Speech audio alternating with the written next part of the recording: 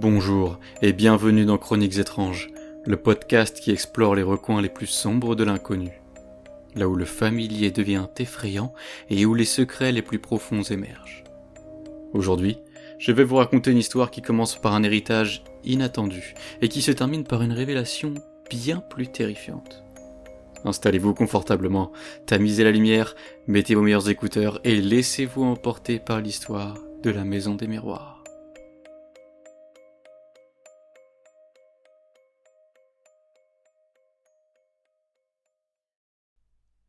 Emma venait de perdre sa mère.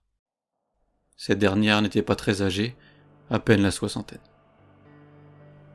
Le décès avait été brutal et inattendu. Alors qu'elle tentait de se remettre du choc, un avocat de famille la contacta pour lui remettre une lettre, peu après les funérailles. Ce n'était pas une simple lettre d'adieu ou un dernier mot d'affection. Non, il s'agissait du testament de sa mère, où il était écrit noir sur blanc qu'Emma hériterait d'une maison. Une maison dont elle ignorait l'existence jusqu'alors. Cela n'avait pas de sens. Emma avait grandi en ville, dans un appartement modeste. Sa mère, bien qu'habitant loin d'elle, ne lui avait jamais parlé d'une quelconque maison secondaire. Et pourtant, cette bâtisse perdue dans une région reculée semblait appartenir à la famille depuis des générations, du moins selon l'avocat. Accompagnée de cette révélation inattendue, une lettre manuscrite de sa mère. Dans cette lettre, sa mère lui demandait expressément de prendre soin de la maison et d'y aller rapidement. Cette phrase tourmentait Emma. Elle avait toujours cru que sa mère ne lui cachait rien. Elles étaient très proches. Alors pourquoi cette maison ? Pourquoi ce secret ? Le week-end suivant, Emma prit la décision de se rendre à la maison. Elle devait comprendre. Mettre un point final à cette histoire et découvrir ce que sa mère avait omis de lui dire.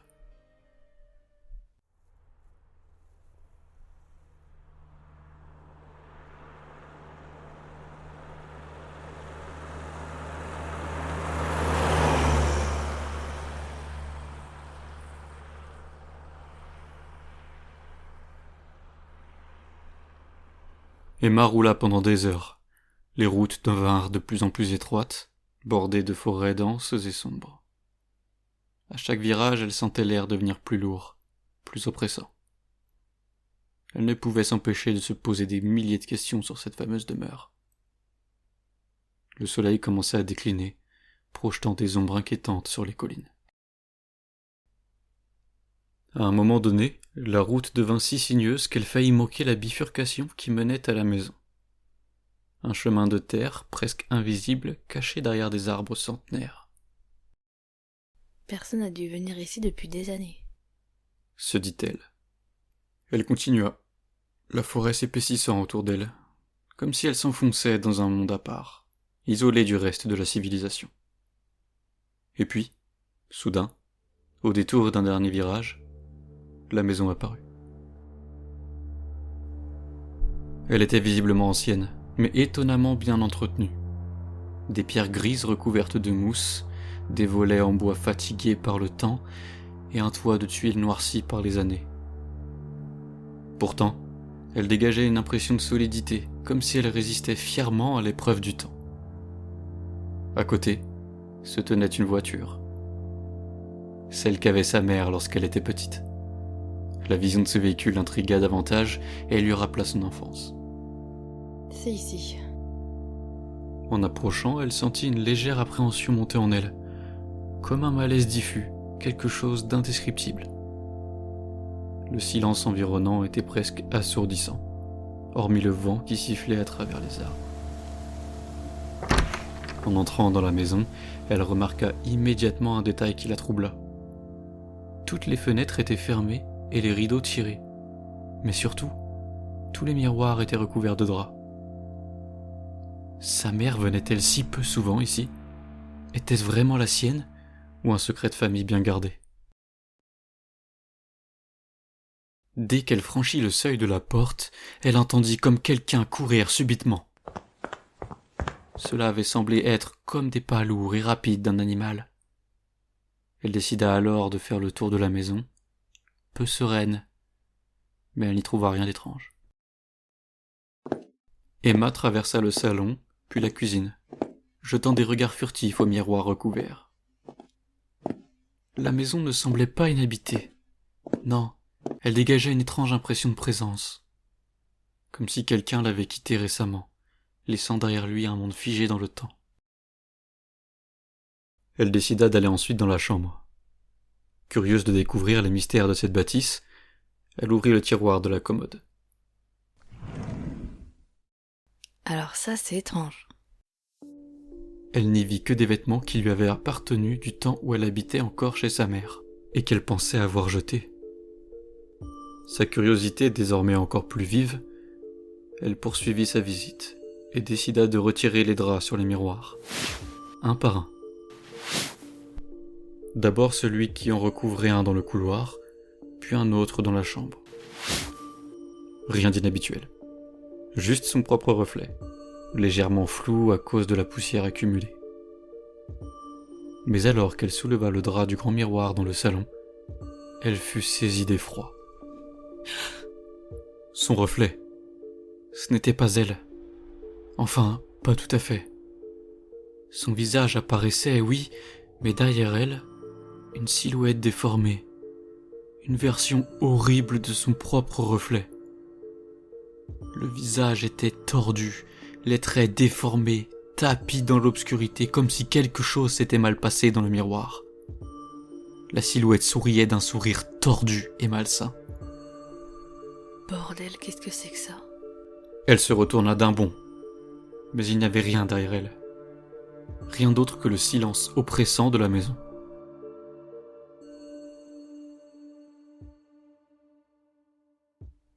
La nuit tomba rapidement, enveloppant la maison d'une obscurité profonde. Emma, épuisée par la journée et encore secouée par la vision dans le miroir, décida de se coucher. Mais le sommeil ne vint pas facilement. Des bruits, presque imperceptibles, la tenaient éveillée. Des craquements, des grincements, comme si quelqu'un marchait dans les couloirs. Soudain, un bruit plus fort résonna. Un claquement, suivi de pas légers. Encore une fois. Emma se redressa d'un coup, son cœur battant à tout rompre. Quelqu'un est là, c'est sûr. Pensa-t-elle. Elle tendit la main vers la lampe de chevet, mais hésita à allumer la lumière. Une silhouette se dessinait dans l'ombre de l'entrebâillement de la porte de la chambre. Immobile, l'observant. Emma sentit son souffle se couper. Son instinct lui hurlait de se lever et de fuir, mais quelque chose la maintenait paralysée sur place. Putain, allume la lumière! Enfin, elle alluma la lampe. La silhouette disparut instantanément, comme si elle n'avait jamais été là. Mais Emma savait qu'elle n'avait pas rêvé. Quelque chose d'étrange se passait dans cette maison. Le lendemain, la tension dans la maison semblait avoir atteint son paroxysme. Emma se sentait épiée, surveillée. Chaque miroir qu'elle passait semblait lui renvoyer une version déformée d'elle-même. Une image trouble, presque irréelle. Sous le miroir qui la fit sursauter la veille, se trouvait désormais une photo. Elle était persuadée que celle-ci n'était pas à cette place-là, hier encore. Elle la saisit alors. C'était une photo de sa mère. Mais à côté d'elle se tenait, dans l'ombre, exactement la même entité qu'elle avait aperçue dans le miroir.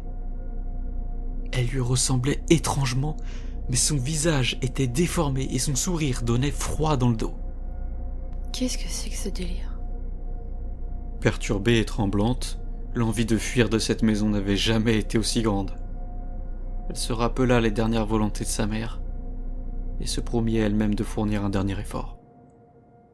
Elle s'installa sur le canapé et se mit à lire un livre qu'elle avait trouvé dans la bibliothèque du salon. Cela l'apaisa un peu.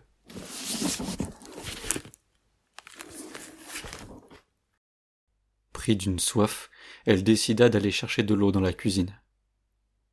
C'est alors qu'elle passa devant le grand miroir du salon. Mais ce qu'elle y vit cette fois dépassa l'entendement.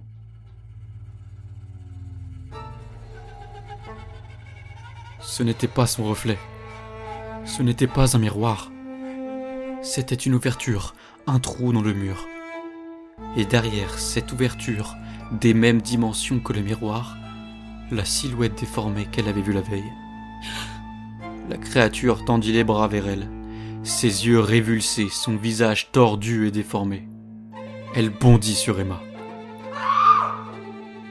Elle poussa un cri et s'évanouit.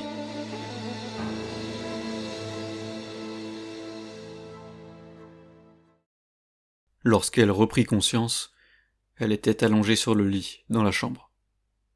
Mais elle n'était pas seule. Debout, au pied du lit, se tenait la silhouette qu'elle avait vue dans le miroir. La créature la regardait, mais elle ne souriait plus. Elle avait l'air triste, presque désespérée.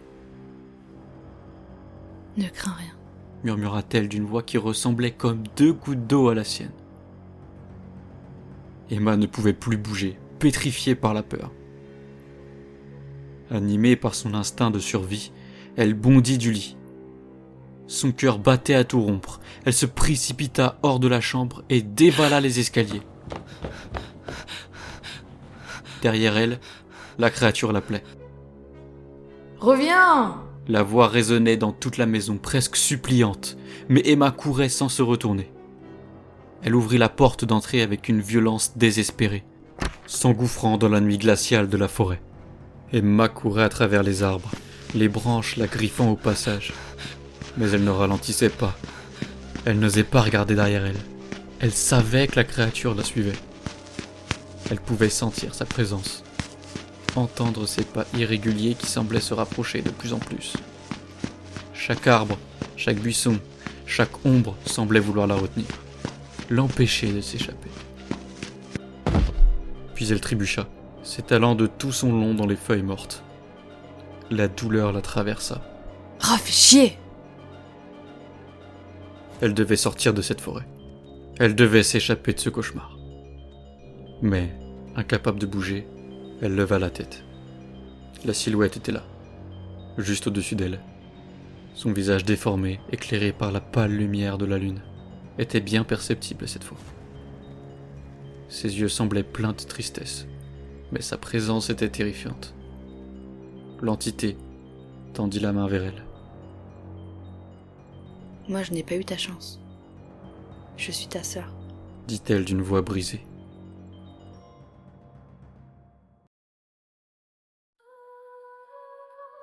C'est alors que la femme déformée commença à lui raconter la terrible vérité. Elles étaient des jumelles. Emma avait eu une enfance normale, tandis que sa sœur avait été défigurée dès la naissance, à cause d'une maladie. Elle explique qu'elle avait été atteinte du syndrome du transfuseur transfusé dans le ventre de leur mère. Il s'agit d'une maladie extrêmement rare où les jumeaux partagent le même placenta durant la grossesse.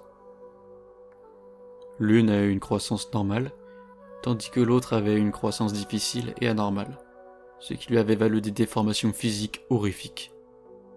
Un visage déformé, des yeux révulsés, une colonne vertébrale tordue l'empêchant de se tenir droite, des os trop petits et faibles, qui n'avaient cessé de se casser au fur et à mesure des années. Leur mère, incapable de gérer cette situation difficile seule, et leur père étant parti, avait confié la garde de l'enfant malade à un pensionnat spécialisé. Mais rapidement, les enfants l'avaient harcelée pour sa différence, allant jusqu'au rejet et la frapper violemment. Tout cela lui avait valu un long séjour à l'hôpital.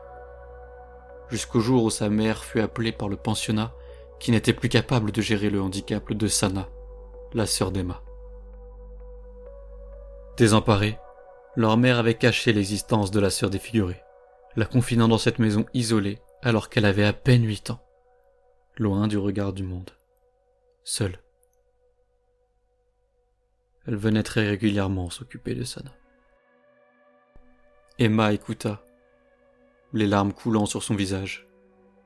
Sa mère lui avait caché cette vérité pour la protéger, mais à quel prix ? Sa sœur avait vécu dans l'isolement, sans amour autre que celui de sa mère, condamnée à errer dans cette maison en ruine. Emma comprit alors que sa mère l'avait envoyée ici non pas pour s'occuper de la maison, mais pour s'occuper de sa sœur, pour réparer ce qui avait été brisé. Qu'elle apprenne enfin la dure vérité que sa mère n'avait pas été capable de lui avouer. Et c'est ainsi qu'Emma décida de rester. Au lieu de fuir cette maison maudite, elle prit soin de Sana. Elle apprit à la connaître, à l'aimer. Avec le temps, elle parvint à quitter la maison, à reconstruire une vie ensemble, loin des horreurs du passé. Aujourd'hui, elles vivent heureuses toutes les deux, dans une grande ville. Elles se protègent entre elles et rattrapent le temps perdu. Je suis sûre que maman serait fière.